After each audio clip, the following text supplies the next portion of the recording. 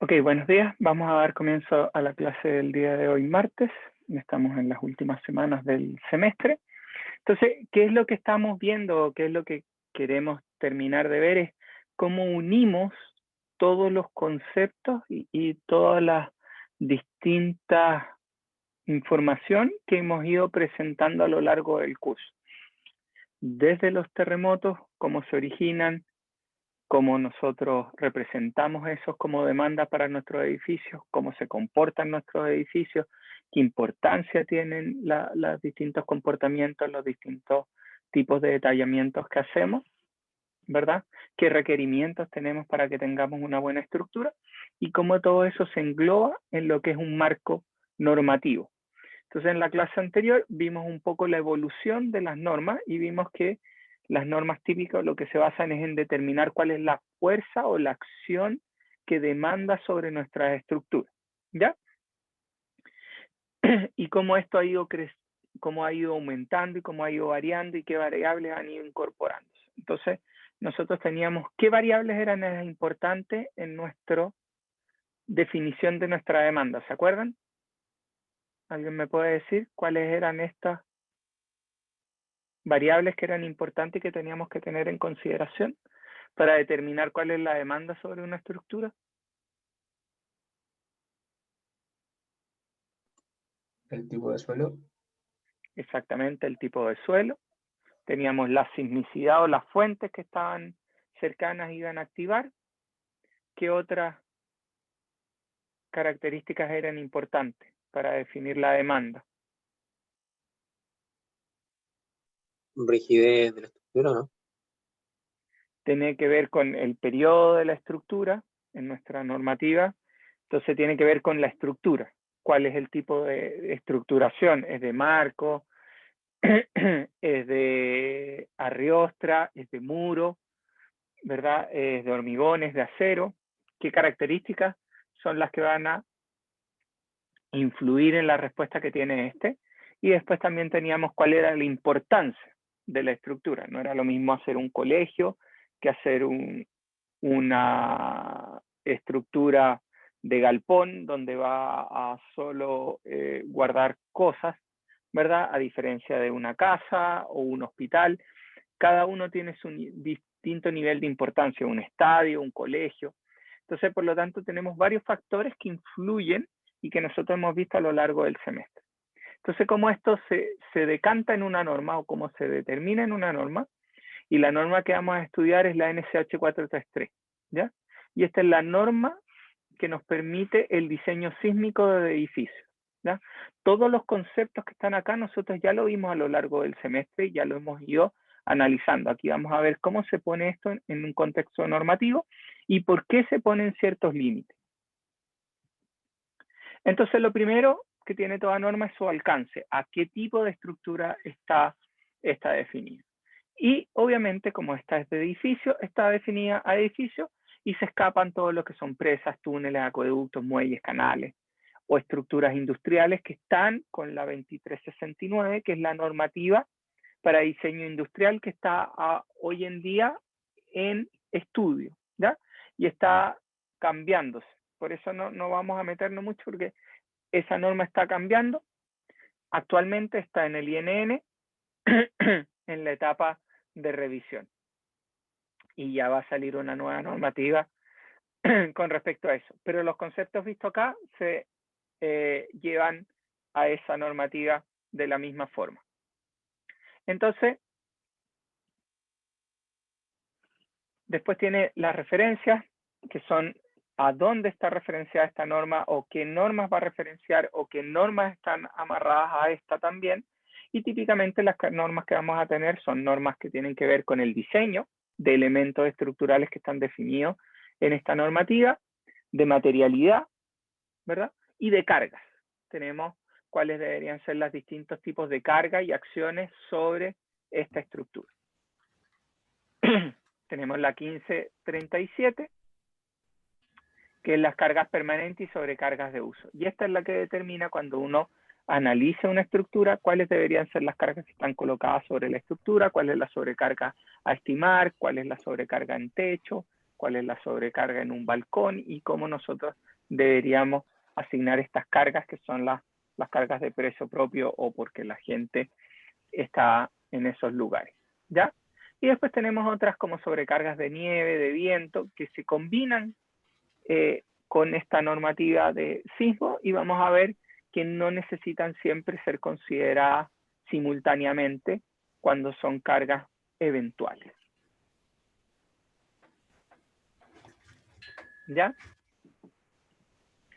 Que es importante saber, todas las normas están sujetas a revisiones, tanto esta como a las que hace referencia, y por eso van a ver que esta norma no hace referencia al año de las normas, sino hace referencia a la norma propiamente tal. ¿Ya? Y por lo tanto, partes que deben tener en cuenta basadas en esta norma, se las recomienda investigar la posibilidad de aplicar ediciones más recientes de la norma que se incluye a continuación. ¿Ya? Siempre vamos a tratar de tomar la última norma que esté oficial y vigente en nuestro sistema. Entonces, lo primero que nosotros teníamos que ver era la zonificación sísmica, que tiene relación con cuáles son las fuentes sísmicas a las cuales va a estar sometida nuestra estructura. Como nosotros sabemos, Chile, esta estructura larga que tenemos, nuestra principal fuente de amenaza sísmica es la subducción. ¿Ya? Entonces nosotros vamos a tener, y como sabemos, nuestra subducción, que es de esta forma, vamos a tener los interplacas y vamos a tener los intraplacas de profundidad intermedia. Y por lo tanto lo que vamos a tener es que obviamente más cerca de la costa yo estoy, más cerca de la placa voy a estar, y por lo tanto la demanda que yo voy a ver en esa zona va a ser mucho más alta y va a ir disminuyendo a medida que yo me acerco hacia la cordillera. ¿Ya? Entonces, o me meto más en el continente. Entonces lo que tenemos es que hay una franja donde tenemos esto dividido y nosotros vimos que esto inicialmente era solo una gran demanda sísmica para todo el área y después se dividió en zonas, tomando en consideración que hay una disminución de la demanda a medida que nosotros nos vamos moviendo hacia la cordillera. ¿Alguna duda o consulta? ¿Sí? Disculpe. No, nada, que no veía la pantalla ahí. Sí la estaba compartiendo. Nada. Perfecto. Cualquier cosa me comentan, ¿ya? Entonces nosotros tenemos estas tres zonas para tomar en consideración que obviamente a medida que nosotros entramos hacia el continente hay una disminución en la demanda a la cual, porque nos estamos alejando de la zona de contacto o hay una distancia mayor entre la zona de contacto y la superficie. Y obviamente nosotros sabemos que en la zona sur extrema cambiamos a lo que es la placa de Scotia y por lo tanto hay un proceso más transcursivo y por eso tenemos este 3, 2, 1 y por acá está Punta Arenas. Ya.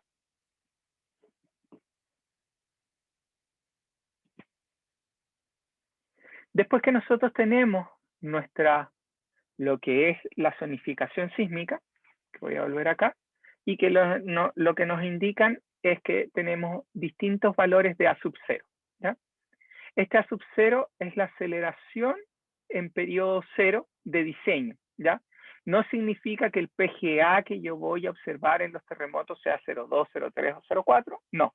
Esto lo único que indica es que la aceleración para periodo cero o el ancla de nuestro espectro de aceleraciones para diseño, eso hay que tenerlo claro, este es el valor de aceleración ancla de nuestro espectro de aceleraciones para diseño. Distintas normativas determinan este valor de distintas formas. No siempre es el PGA, puede ser un promedio de las aceleraciones más altas en zonas de periodo muy bajo, o puede ser el tercer pic más alto, depende de cómo se determine la normativa. Nosotros tenemos esto en un periodo ancla, ¿ya? De lo que hemos observado en promedio.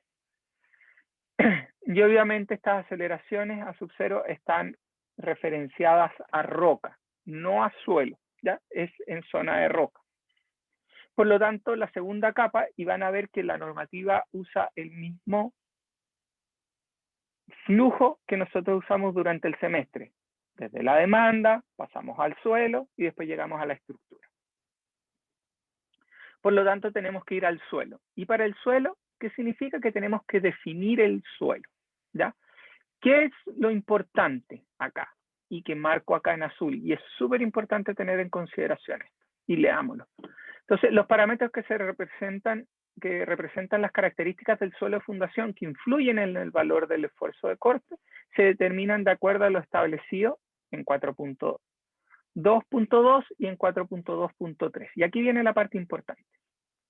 Se supone que dichos terrenos son de topografía y estratigraficación horizontal y las estructuras afectadas se encuentran lejos de singularidades geomorfológicas y topográficas.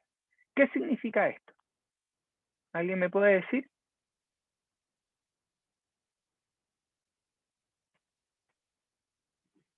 ¿Qué significa esta última frase? Que los terrenos son de topografía y estratigraficación horizontal y las estructuras afectadas se encuentran lejos de singularidades geomorfológicas y topográficas. ¿Qué me quiere decir ahí?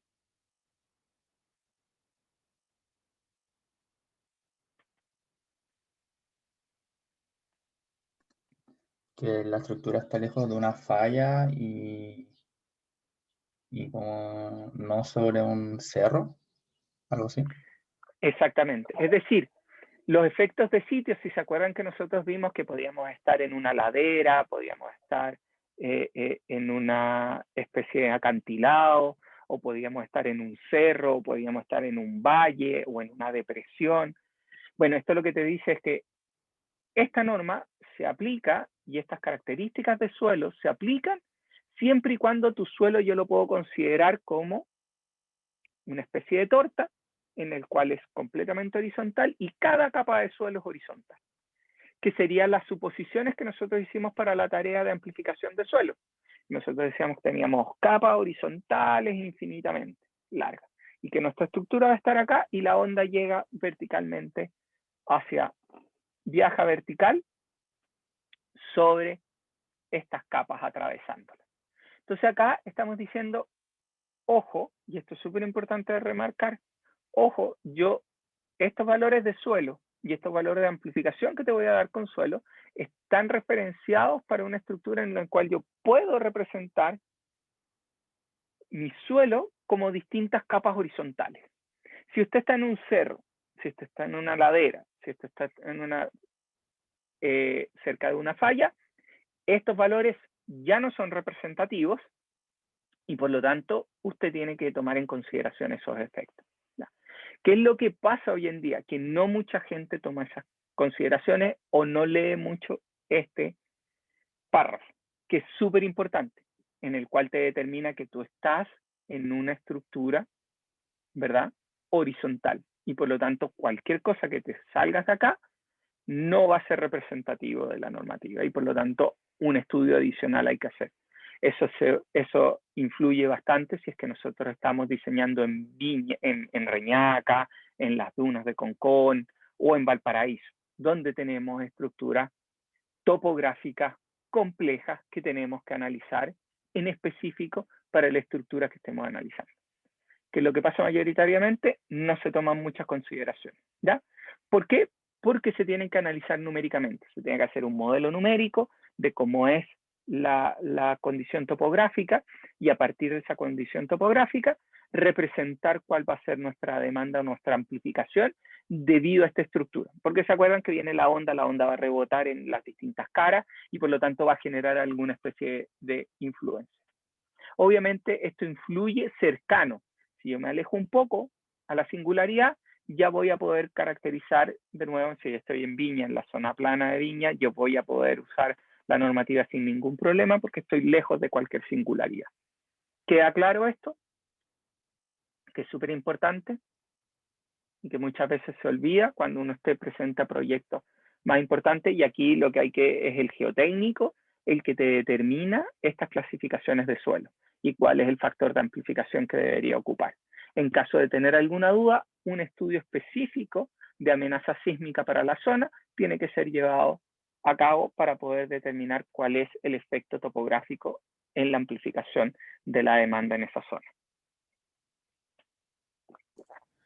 Profe, Porque, una ¿sí? consulta.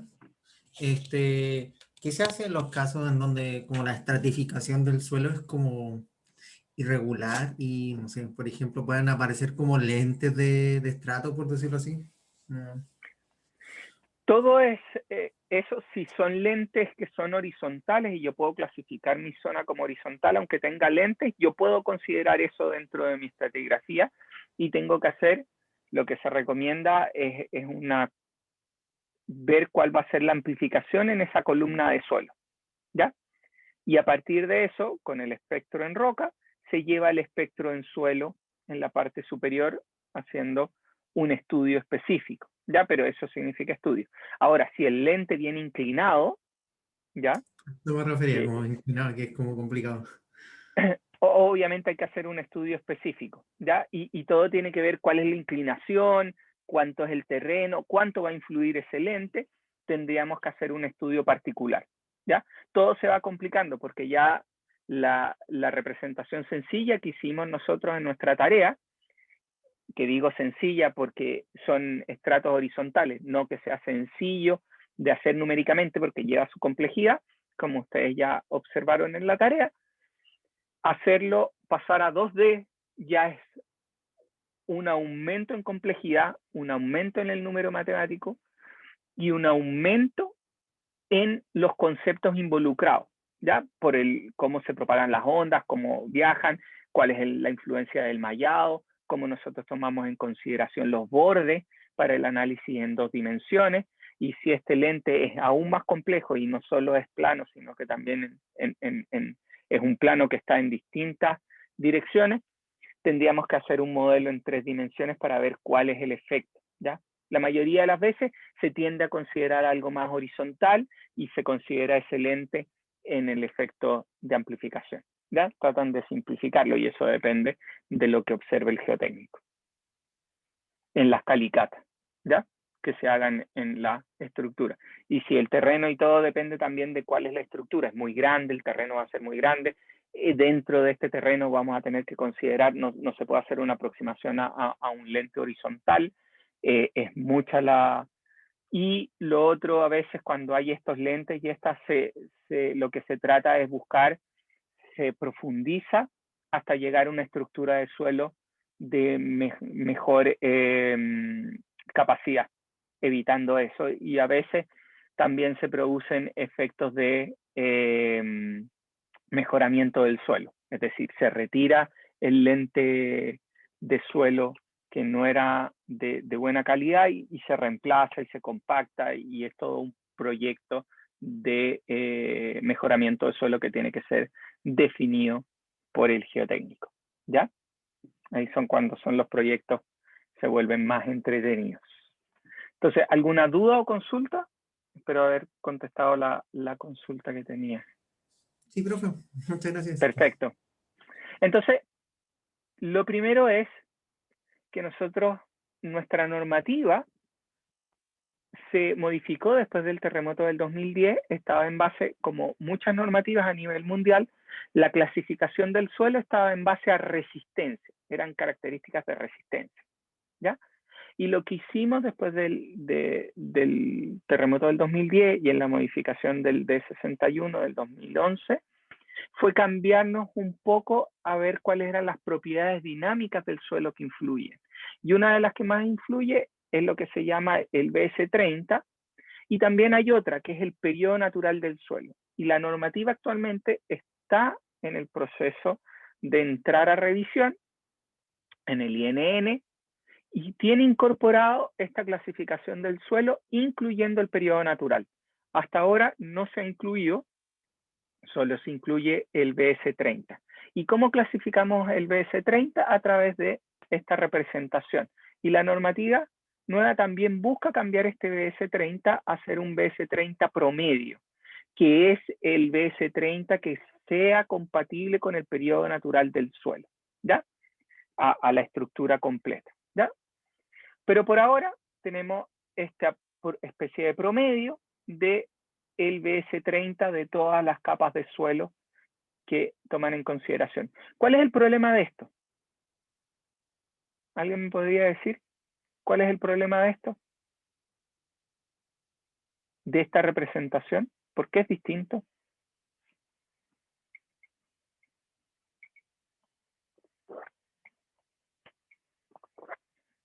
¿Se acuerdan en la tarea de amplificación de suelo? ¿Cómo era el caso 1 y el caso 2? ¿Qué diferencia habían? Ah, que un suelo amplifica, o sea, que los estratos había unos que tenían mayor velocidad de onda. Uh-huh. No me Había acuerdo. las estructuras estaban, las capas estaban dadas vueltas en algunos casos. Es decir, el orden de los estratos no era el mismo, ¿verdad? Entonces eso producía que la respuesta en la parte superior era distinta para los dos suelos. Había una estratigrafía distinta. Entonces, ¿cuál es la diferencia de esto? Es que el BS30, si yo cambio el orden de los estratos, va a seguir siendo el mismo, porque esta sumatoria es independiente del orden que yo le dé, ¿verdad? Por lo tanto, la deficiencia de esta, que nosotros sí vimos que influye, es el orden de los estratos. En este caso, el orden no importa, siempre vas a tener el mismo BS30, ¿ya? Pero debería haber una influencia dependiendo de cuál es el orden de mis estratos, ¿ya? Y eso se está considerando para la nueva norma 23 de 433, perdón. Entonces es importante que nosotros tengamos en cuenta que está este efecto de cuál es el orden también influye en la respuesta de demanda, ¿ya? Entonces hay varios factores que están involucrados y por eso se está incluyendo el periodo natural del suelo para clasificar la estructura de suelo que nosotros vamos a analizar. ¿Qué es importante acá? Un segundo. ¿Qué es? ¿Cuál es la profundidad de análisis? Y lo que te dice es que en edificios con subterráneos se debe verificar que la profundidad de exploración se extienda al menos 15 metros por debajo del sello de fundación. ¿Esto qué quiere decir? Que si el sello de fundación más los 15 metros resulta mayor a 30 metros de profundidad, que es el estudio que debería hacer, los parámetros de BS tienen que considerar ahora este DF más 15 metros. Va a ser mucho más alto el BS. ¿Cuál es el problema? Que si nuestro BS30 es más largo, si yo hago estudio de ondas superficiales, ¿verdad? Nosotros sabemos que para poder medir a mayor profundidad es más largo el array que yo tengo que hacer para ver la propagación de estas ondas a lo largo de todas esas capas, ¿ya? Por lo tanto, es súper importante poder definir de buena forma cuánto es la profundidad que yo voy a tener. Y después dice cuáles son las metodologías para verificar o analizar el BS30, que es un estudio geotécnico también, y están las que son de geofísica superficial, que son estos arrays que yo les estoy hablando, o están de sondaje, que van bajando y a medida que van bajando van analizando la velocidad de propagación de ondas de cada una de las capas, ¿ya? Hay unos que son mejores que otros, obviamente estos tienden a ser muy buenos, pero obviamente tienen el problema de que son mucho más costosos y mucho más complejos porque tienen que hacerse con sondaje, ¿ya? Con equipos mucho más complejos. Estos son superficiales, generan menos problemas porque son array con geófonos que se ponen a lo largo de una línea. Hay distintas metodologías y distintos procedimientos que te permiten hacer esto y uno puede estudiar cuál es la estratigrafía, ¿verdad? En esta uno tiene un concepto mejor de cómo es la estratigrafía porque puede sacar muestras del sondaje también. ¿Ya? Y lo otro es, yo siempre necesito hacer el BS30 porque es un test que es mucho más caro. Y no, ¿ya? En conjuntos de gran tamaño, estructuras de más de 5 pisos, es obligatorio hacer el estudio de BS30. Sin embargo, en casos particulares con estructuras clasificadas como 3, que vamos a ver más adelante, o 4, y con superficies inferiores a 500 metros cuadrados, o que no tengan más de 2 niveles y que tampoco presenten una altura total mayor a 800 metros, no es obligatorio justificar el BS30. ¿Ya? No hay que hacer un análisis, ¿no? Sino el geotécnico puede determinar a través de Calicata o a través de un estudio del suelo, determinar cuál debería ser el tipo de suelo o la clasificación del suelo de la estructura. ¿Ya? ¿Alguna duda o consulta acerca de esto?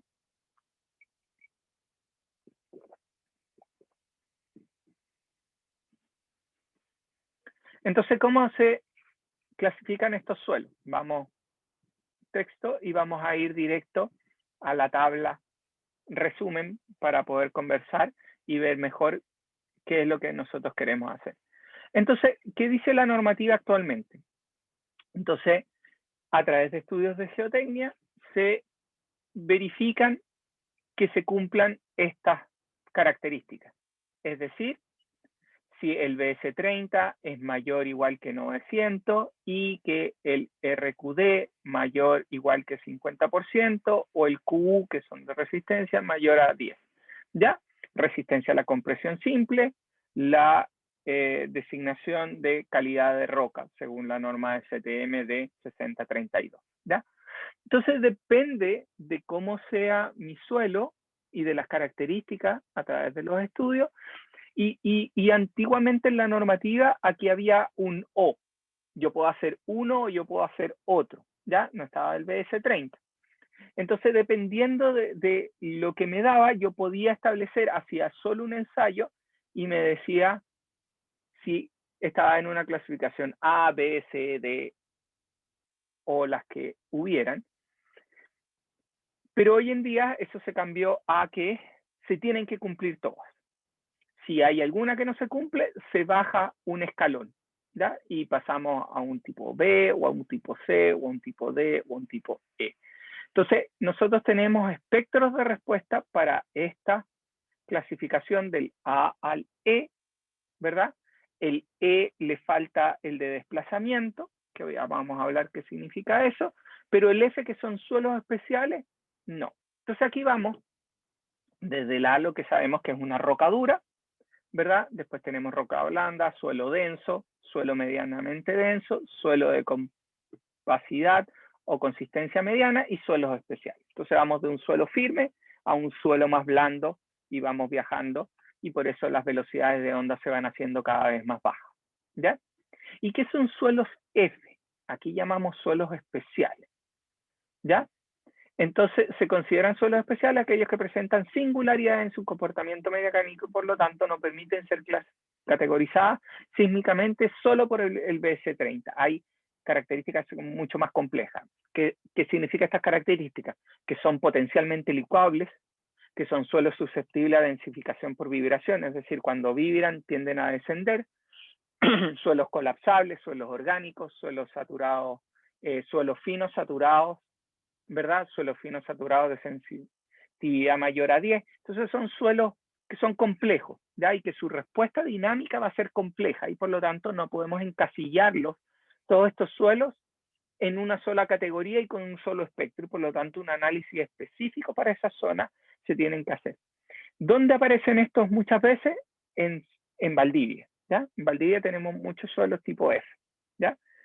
Que es donde uno ve en la zona sur también hay tipos de esta característica en donde hay ceniza volcánica, hay distintos tipos de suelo compactables, hay suelos que están en zonas de humedales, por lo tanto son mucho más complejas de analizar y por lo tanto tenemos que tener en consideración para eso un estudio específico de demanda sísmica donde tiene incorporado la respuesta del suelo. De ahí tenemos que encontrar el espectro de respuesta específico para esa zona. Entonces nosotros clasificamos el suelo. Entonces, un punto para suelos B se justifica con el BS30 más N1 en caso de arena y QU en el caso de suelos finos. Y aquí es lo que nosotros vemos en el caso que solo se disponga del perfil de BS en profundidad y que dicho perfil indique claramente que BS aumenta monotónicamente con la profundidad y además se cumple que BS mayor a 500, se puede clasificar automáticamente como suelo tipo C sin necesidad de otras mediciones. Lo baja a 1 porque solo tenemos BS30 y sabemos que BS30 va creciendo, ¿ya? Pero tenemos que clasificarlo con todos los elementos, ¿ya? Lo mismo pasa para los distintos tipos de suelo. Entonces ya tenemos nuestra zonificación que nos determina en qué parte geográfica nosotros estamos, Después vamos a nuestra clasificación de suelo, que nos determina cuáles son las características locales del suelo. Y estos son independientes de la estructura, hasta ahora. Estas características son dependientes del lugar donde estoy y la lejanía a la fuente sísmica donde yo estoy, que en este caso sería la zona de subducción, y el tipo de suelo me da. Pero siempre considerando que el suelo son estratos horizontales. Si el suelo no fuera de esto, todo esto se sale y yo tengo que hacer un estudio específico para esa zona. ¿Cómo se clasifican esto con otras normativas en el mundo? Ejemplo, el DS61 incorporó y nosotros tendemos a tener más divisiones en lo que son suelos blandos y más una clasificación única para suelos mucho más rígidos, ¿ya? Por eso tenemos, a diferencia de que en otros países tienen rocas firmes, después rocas más suaves y después tipos de suelos más malos. Nosotros tenemos una clasificación de rocas mucho más amplia, después una roca blanda, y esto está acá para poder clasificar el tipo de suelo de grava de Santiago como un suelo de roca blanda o un suelo muy denso, ¿ya? Y por eso nosotros tenemos clasificación tipo B en Santiago, ¿ya? Somos zona 2, tipo B típicamente. ¿Hay zonas dentro de Santiago que son distintos tipos de suelo? Sí. Huechuraba tiene distintos tipos de suelo, Ciudad Empresarial tiene distintos tipos de suelo, Ñuñoa en algunas zonas tiene distintos tipos de suelo, otras zonas de Santiago, Maipú también tiene otras zonas con suelo más blando. Típicamente suelos que eran más de tipo agrícola, que hemos ido, la ciudad al ir expandiéndose, va tomando esos suelos para construcción. ¿Cómo se clasificaba la normativa anterior? Antes del 2010 teníamos roca, vamos, muy parecido, suelo denso, pero lo que hicimos fue cambiar las zonas de suelo más blando, ¿ya? Las subdividimos en porciones más, en grupos más altos, ¿ya? En más grupos, perdón.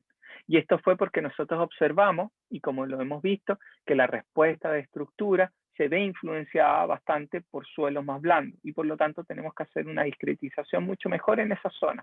En suelos de roca o suelos más firmes, nosotros no vemos tanto daño porque hay una demanda baja de desplazamiento que se le va a estar sometiendo a las estructuras.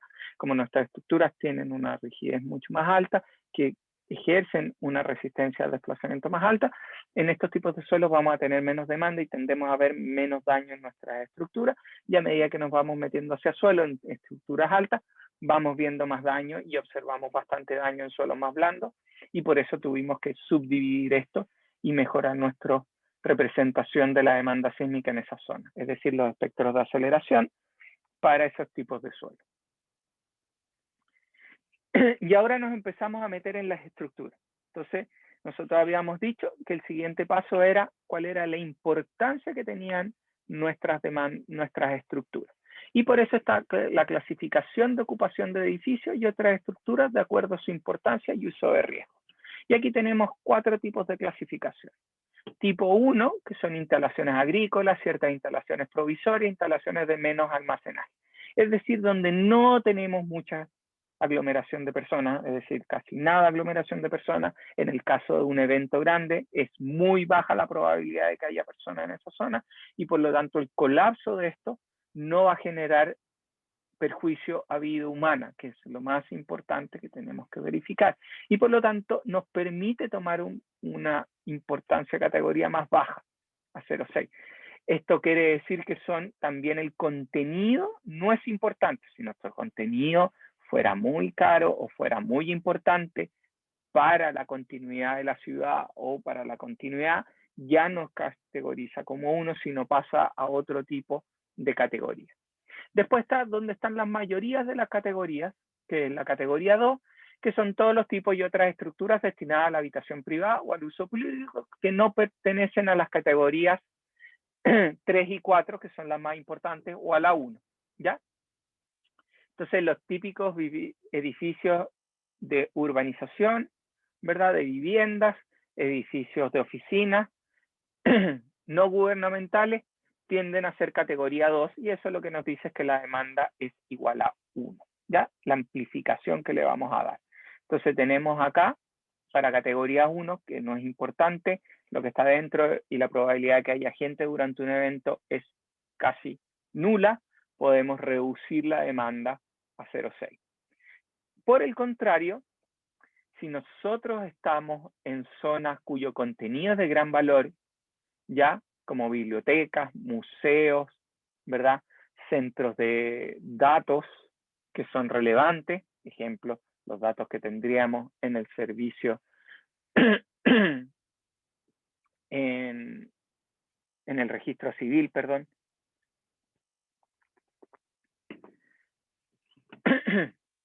Otras salas destinadas a asambleas de más de 100 personas, gradería o estadio de 2.000 o más personas, escuelas, parvularios, recintos universitarios, cárceles y lugares de detención, locales comerciales, como una superficie mayor o igual a 500 metros cuadrados por piso y de altura mayor que 12 metros.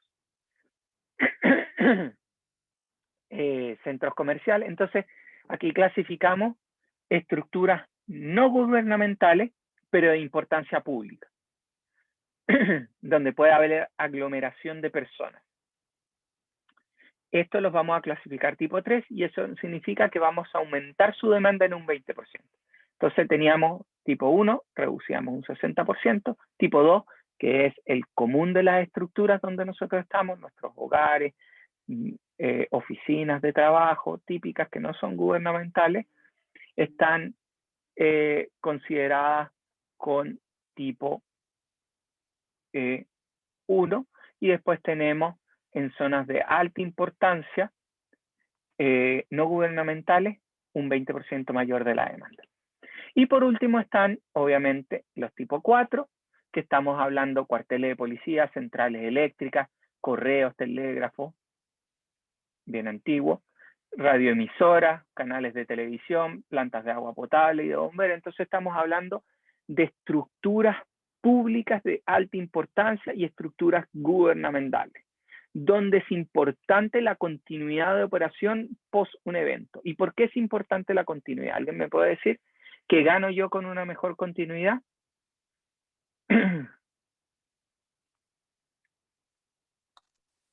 Que la estructura sea funcional después del evento. O sea, Exactamente. ¿Y qué ganamos eso con la ciudad? ¿Qué gana la ciudad con eso? Funcionalidad después del evento. Exactamente, una resiliencia de nuestro sistema.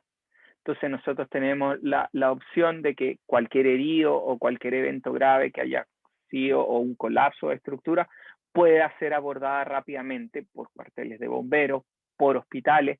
Imagínense que hospitales, cuerpos de bomberos queden también destruidos. No tenemos la infraestructura o ya el sistema preparado para poder ir en ayuda de eventos graves que pueden haber ocurrido en estos eventos catastróficos como terremotos de grandes magnitudes.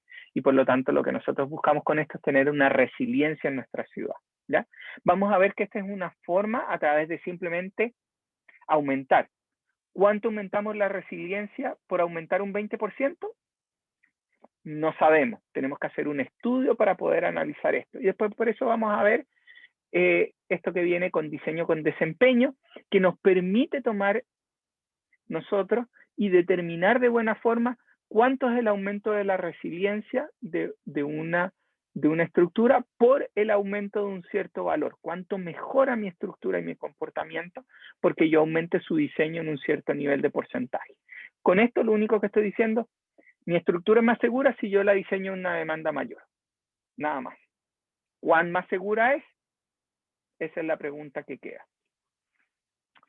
¿Qué es las disposiciones básicas de la norma?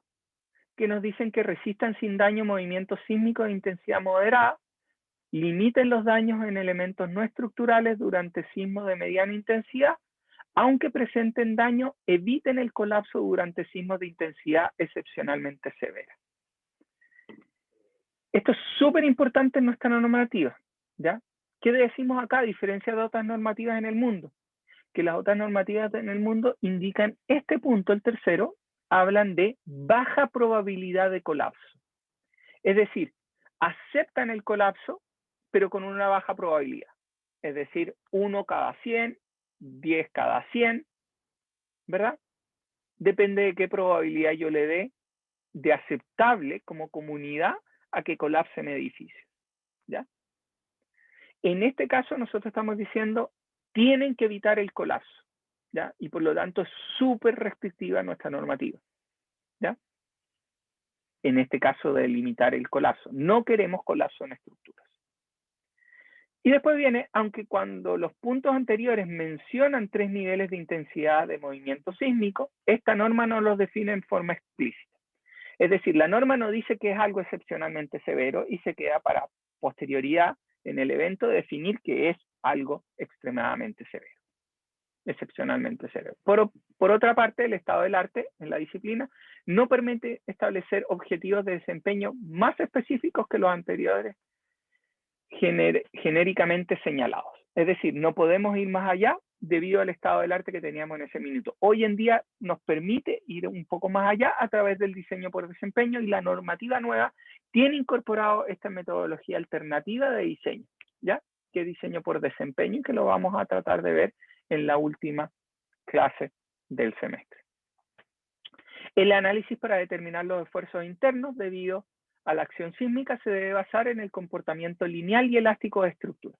Es decir, nuestros modelos van a ser lineales elásticos con ciertas características de las propiedades de fisuración interna asumidas como típicamente nosotros vamos a asumir la estructura con la sección gruesa completa para encontrar las fuerzas internas que están siendo demandadas sobre nuestra estructura. Sin embargo, el dimensionamiento de los elementos estructurales se debe hacer por el método especificado en la norma de diseño relativa a cada material. Entonces aquí lo único que te dice es, ok, tu modelo tiene que ser con estas características para el diseño sísmico, pero el dimensionamiento hazlo de acuerdo a la normativa. Si tu normativa usa factores de utilización y factores de reducción, estado último, tú lo diseñas con estado último. Si tu normativa te permite ASD de acciones en tensiones admisibles, ocupa tensiones admisibles para tu dimensionamiento de tus secciones. Que es importante también la combinación de las solicitaciones. Ese es otro punto. Cómo yo combino para mi análisis, cómo combino el sismo con la carga muerta, con la carga viva, para hacer mi estudio. No cuánto es el peso que tiene que tener la estructura, eso lo vamos a ver en un rato más. Entonces, la acción sísmica se considera como una carga eventual, eso es súper importante, y no es necesario combinarla con otras cargas eventuales. Es decir, no vamos a considerar el sismo junto con un tifón, si nosotros tuviéramos tifones acá en Chile. ¿Ya? Dos eventos eventuales muy raros no van a coincidir en el mismo instante de tiempo. Eso es lo que esperamos. La probabilidad de coincidencia es bastante baja, por lo tanto no es necesario considerarlos en conjunto, ¿ya? O un gran tormenta de viento si estamos diseñando. Las combinaciones de carga están referidas por la NSH 3171 y que indica estas normativas, ¿verdad? Se deben utilizar las combinaciones que produzcan el efecto más desfavorable en el edificio o fundación o elemento estructural considerado.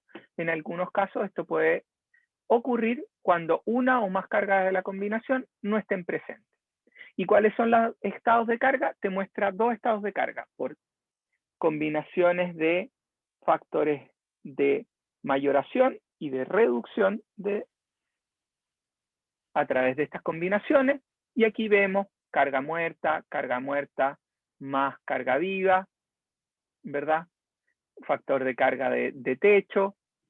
Están lo que son sismos, ¿verdad? Earthquake. Y se amplifica por 1.4 porque nuestra normativa tiene la demanda de sismo en servicio, ¿verdad?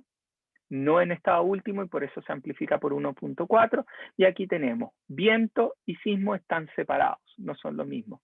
Aquí tenemos viento con snow, si están combinados, pero tenemos distinto. Nieve, sí podemos tener nieve junto con sismo, ¿ya? En la zona donde hay nieve.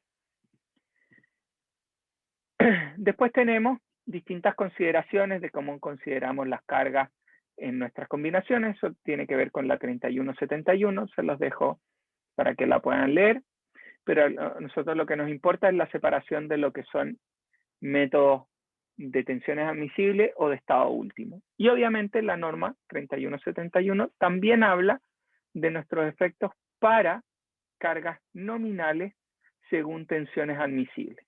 Y son muy parecidas a las otras, y aquí vemos que nuestra carga de sismo está dada en servicio, ¿ya? Y por eso va con un factor de 1 en este caso. ¿Qué es lo importante? Que hay un estado de carga 7 y 8 que están acá y que tenemos que tener cuidado, porque en estas cargas lo que están indicando, y lo que toma en consideración es un símil a dos cargas que están en combinaciones últimas, ¿verdad? Pero toma un salvaguardo en lo que es sismo, ¿ya?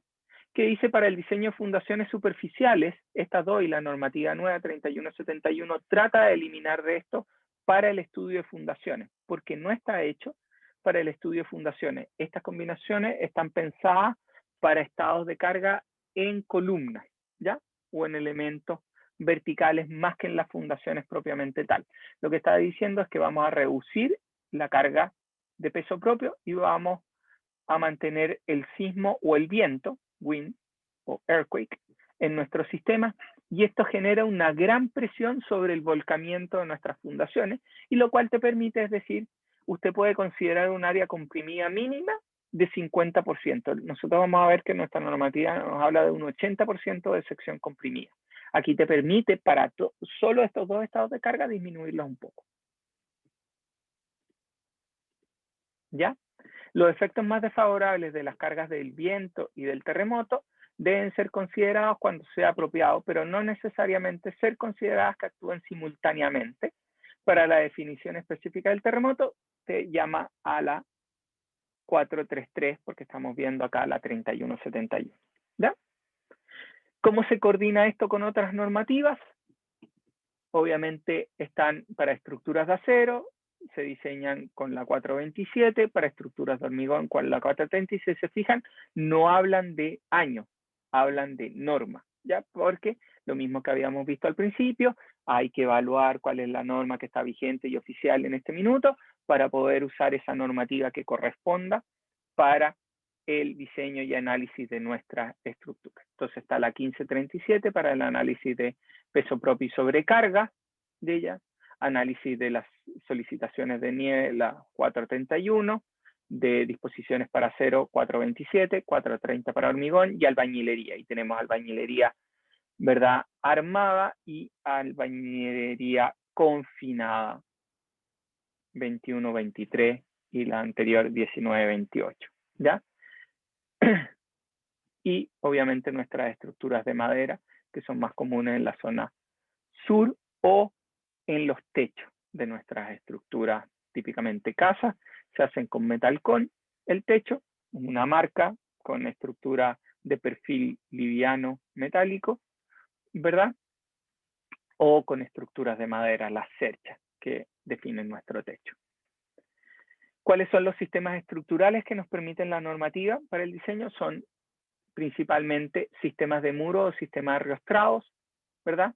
Las acciones gravitacionales y sísmicas son resistidas por muro o bien por pórticos arriostrados que resisten las acciones sísmicas mediante elementos que trabajan principalmente por esfuerzo axial. Este tipo con el mixto, que son gravitacionales, son restringidas por una combinación de los sistemas anteriores de pórticos y de muro, son los más ocupados. Son o solo muro o sistemas mixtos. Sistemas de pórticos únicos no son muy comúnmente usados en Chile, ¿ya? ¿Por qué? Porque generan una gran flexibilidad en nuestras estructuras, ¿ya? Y nuestra normativa es un poco exigente en lo que corresponde al nivel de deformaciones al cual permite llegar. ¿Alguna duda o consulta hasta acá? No voy paso a paso con la norma, está presente acá para que ustedes la puedan leer con cuidado. Yo voy haciendo énfasis en los puntos más importantes, ¿ya? Y dándole las características. ¿Dudas? Una duda, quizás un comentario. En la parte de las combinaciones de carga, me llamó la atención la parte que de las últimas combinaciones, la que tengo el 0.6 de las cargas muertas, Sí. ya sea viento en sismo. Bueno, Ujú. en la experiencia, normalmente esas cargas son las que me daban, por decir, las mayores puntales de tracción, tal cual como ustedes están diciendo. Ujú. Y sí me daban, en algunos casos, a nivel de fundación, esa es la que me gobernaba, esa Exactamente. combinación.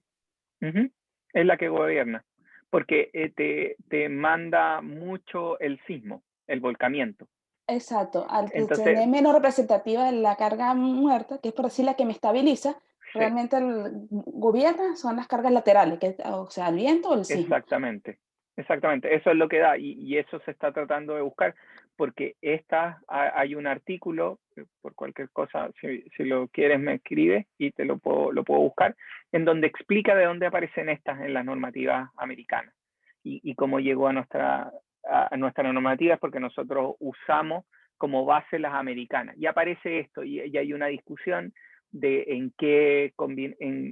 para qué componentes deberíamos ocupar esta y para qué elementos no. Y esta lo que hace es tratar de asemejar a esta combinación de carga que está acá, que es 0,9D, pero lleva Exacto. a un sistema de cargas admisible, ¿ya? Pero es distinto pensar que nos hemos equivocado en un 60% en las cargas muertas, que es el peso propio principalmente de la estructura, ¿ya?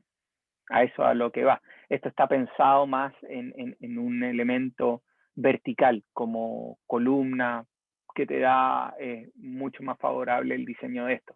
Pero para fundaciones, considera, y por eso se toma en consideración que te permite un 50% para estas, porque te amplía un poco más cuánto más puede volcarse la fundación y reducir el factor de seguridad volcante, a diferencia que para las otras combinaciones tengo que mantener el 80% de compresión de la zona. ¿Ya? Pero Sí, la 3171 se discutió esto en la normativa. no, después lo voy a escribir porque parece interesante. De hecho, me gusta ese enfoque. Sí, pero por hoy hay que usar esto, que es lo que está vigente y está normativo. Pero el Perfecto. artículo te lo puedo enviar para que veas de dónde va a aparecer la modificación. ¿Ya? No, perfecto. Después ya lo voy a anotar para escribirle más tarde. No hay ningún problema. Entonces tenemos estos sistemas estructurales, ¿verdad?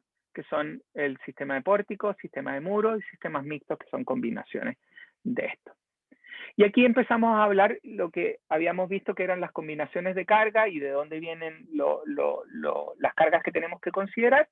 Y hay un punto interesante que nosotros cuando calculamos dinámicamente una estructura necesitamos ver cuál es su masa dinámica, es decir, el peso sísmico que va a actuar en la estructura. Entonces, para esto, el cálculo de las masas se debe considerar las cargas permanentes más un porcentaje de la sobrecarga de uso. Para estructuras normales, viviendas, consideramos que no puede ser menor a un 25% en construcciones de habitación privada o al uso público, donde no es usual la aglomeración, y no puede ser menor a un 50% en construcciones en que son usuales la aglomeración. Es decir, peso propio, 100%. Sobrecarga, puedo decir un 25% si estoy en estructuras de habitación o de no gran importancia, donde no hay aglomeración de personas, o un 50% si es que yo tengo aglomeración de personas. ¿Qué significa aglomeración de personas? Significa que estoy en un centro comercial, que estoy donde puede haber mucha gente, en un estadio, ¿verdad? Donde puede haber aglomeración. Y si en eventos importantes hay aglomeración y obviamente continuamente hay aglomeraciones, por lo tanto la probabilidad de poder tener un terremoto junto con gente aglomerada en esa zona es un poco más alto y por lo tanto se tienen que considerar estos efectos. Donde tengo bibliotecas, donde tengo gran almacenamiento de materiales, tengo que considerar una carga mucho mayor, ¿ya? Y por eso al menos el 50%, al menos. ¿Puedo considerar más si yo requiero? Sí, pero hay que tengo que ver si es que me favorece o me contrarresta, ¿ya? En estos casos, para fuerzas laterales te va a aumentar porque va a ser mucha mayor masa la que va a estar trabajando, pero para otros tipos de carga, que son las verticales, te va a favorecer, como decía su compañera, para el volcamiento. Te va a reducir porque va a tener una carga mayor de compresión en la zona de base. ¿Qué otro punto es importante? Después viene, y aquí empezamos a ver el modelamiento, es decir, ya pasamos, ya vimos, vamos, igual que vimos en a lo largo del curso, partimos terremoto, suelo, estructuras, importancias que corresponden a las estructuras, sistemas estructurales, y ahora es cómo modelamos estos sistemas estructurales. Partimos con el peso y después está hablando con los diafragmas. Se debe verificar que los diafragmas tienen la rigidez y resistencias membranales suficientes para lograr la distribución de las fuerzas inerciales entre los planos o subestructuras verticales resistentes. ¿Qué estamos hablando? Que nosotros tenemos nuestras estructuras, típicamente de edificios, tienen losas y estas losas actúan como diafragmas. ¿Qué significa un diafragma? Es un elemento que nos permite amarrar todas nuestras componentes estructurales y al moverse lateralmente hace que todo se mueva y por lo tanto yo tengo redistribuciones de los esfuerzos inerciales en nuestras componentes a los distintos elementos a lo largo. Si hay dudas que esta losa no es tan rígida y hay flexibilidad, yo tengo que incorporar la rigidez sobre esto. Entonces, ¿cómo hago eso? Cuando yo tengo diafragma rígido, puedo tener 3 grados de libertad por planta. Un giro y 2 desplazamientos horizontales, que es lo que vimos en dinámica con torsión en planta, ¿verdad? Ahora, si yo digo que mi losa es muy flexible, es decir, el movimiento que va a tener no va a ser de un diafragma rígido, tengo que incorporar los grados de libertad que correspondan, de forma tal de modelar de buena forma ese comportamiento. Voy a tener que tener cuidado cuando tenga edificios de plantas irregulares, como H, L o T, solo se puede proyectar con una losa estructura cuando los diafragmas se calculen y construyan de modo que la obra se comporte durante los sismos como un conjunto y teniendo en cuenta lo especificado anteriormente. En caso contrario, cada cuerpo se debe proyectar como una estructura separada, respetando lo dispuesto en 5.10. Es decir, si mi estructura es compleja, es decir, tengo una losa en L, donde justo en la zona de esquina va a estar el ascensor, la caja de escalera, y se van a producir un estrangulamiento, que en realidad es una zona que me produce una unión de estos dos elementos. Yo voy a tener que considerar esto como 2 losas de diafragma distintos y que tengan que satisfacer los requerimientos de esta, uno independiente de la otra. ¿Ya? En los niveles donde no haya discontinuidad de rigidez, en los planos resistentes u otras subestructuras verticales, se debe verificar que el diafragma sea capaz de redistribuir los esfuerzos. Es decir, yo tengo que analizar, y lo único que te está dando es indicaciones. Si hay cambios, la losa va a ser un ente que transmita los esfuerzos de corte de un elemento a otro, y por lo tanto yo tengo que ser capaces de ver ese flujo de corte a lo largo de la losa al nuevo elemento estructural, debido a estas irregularidades. Y eso significa que yo tengo que analizar mi losa de forma tal de que sea capaz de transmitir esos esfuerzos, o mi elemento de diafragma que corresponde. Entonces, limitaciones, los análisis que se permiten son 2, en este caso. En otras normativas, como la 2369, permite análisis tiempo-historia, permite análisis tiempo-historia no lineal, es decir, con registro. La 433 no permite, a menos que uno se vaya a futuro, va a permitir a través del análisis por desempeño, que te va a permitir hacer análisis tiempo-historia.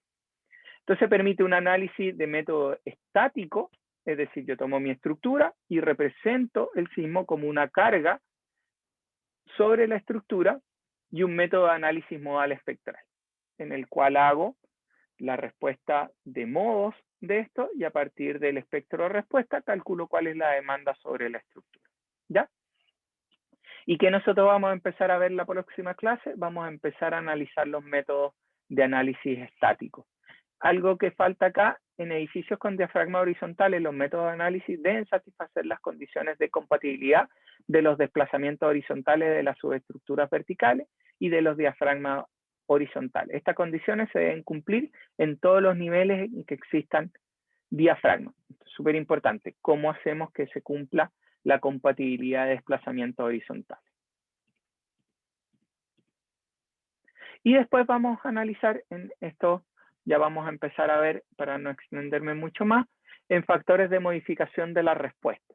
Entonces, ¿qué es lo que estamos viendo acá? Estamos viendo la tarea que estamos haciendo ahora, que es encontrar estos factores de reducción. La normativa ya los tiene incluidos. Es decir, ¿cuál debería ser nuestra reducción para un tipo de detallamiento específico y un tipo de materialidad?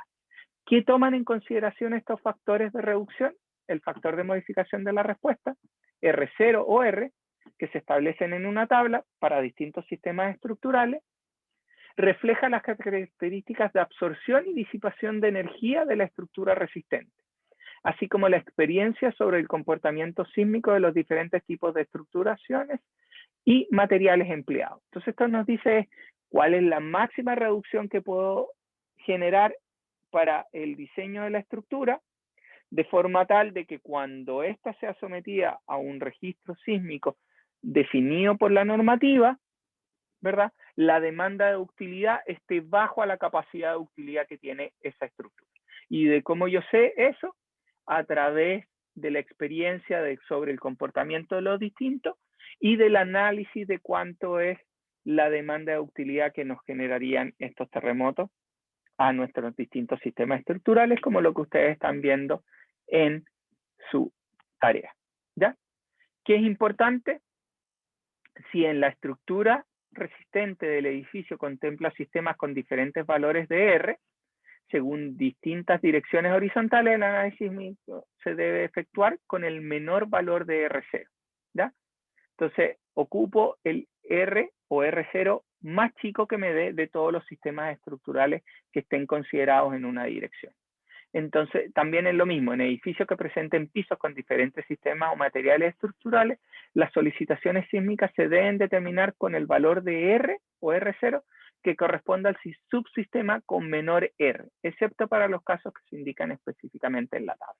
¿Ya? Esto quiere decir que nuestro sistema estructural siempre va a estar gobernado por el menor R que se le puede dar a todos los sistemas estructurales que consideran nuestra estructura. ¿Qué estamos hablando acá para cerrar? Lo que estamos diciendo es que nosotros podemos reducir nuestro valor para el diseño, que es lo que ustedes están haciendo en clase, pero en realidad lo que pasa es que nosotros reducimos, tenemos un valor de diseño, hay una sobreresistencia y la demanda de desplazamiento igual va a ser un poco más alta. Esto es lo que estamos haciendo hoy en día. ¿Ya?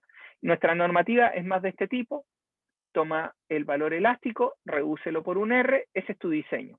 ¿Cuánto es este valor? No sabemos porque no hemos hecho análisis. Tenemos una idea que es alrededor de 2 o sobre 2, ¿verdad? ¿Y cuál es su demanda máxima? Va a ser cercano a la elástica, ¿ya? Pero en realidad sabemos que es un poquito más. ¿Cuánto más? Hoy en día se ingresan otros espectros de desplazamiento dentro de nuestra normativa. ¿Y cuáles son los R ocupados?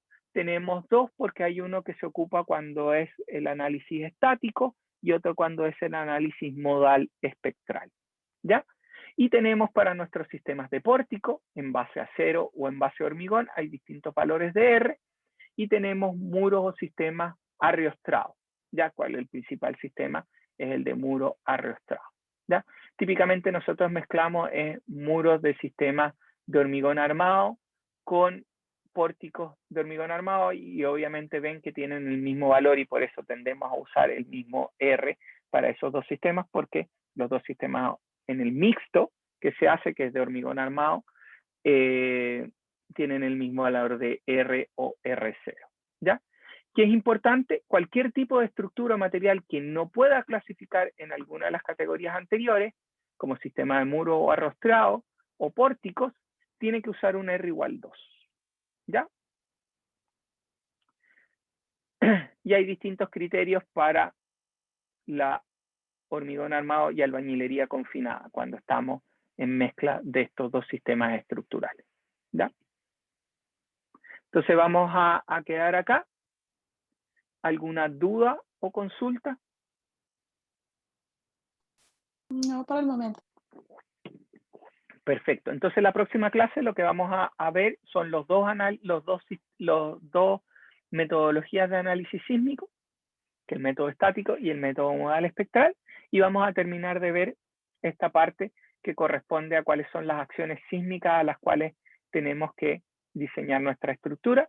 En este caso corresponde a lo que son las cargas verticales, que es importante y que van a afectar principalmente a estructuras en voladizo, como lo que está acá, balcones, aleros, marquesinas, donde tenemos que diseñar nuestra estructura con un 30% de aumento de las cargas verticales para el diseño debido a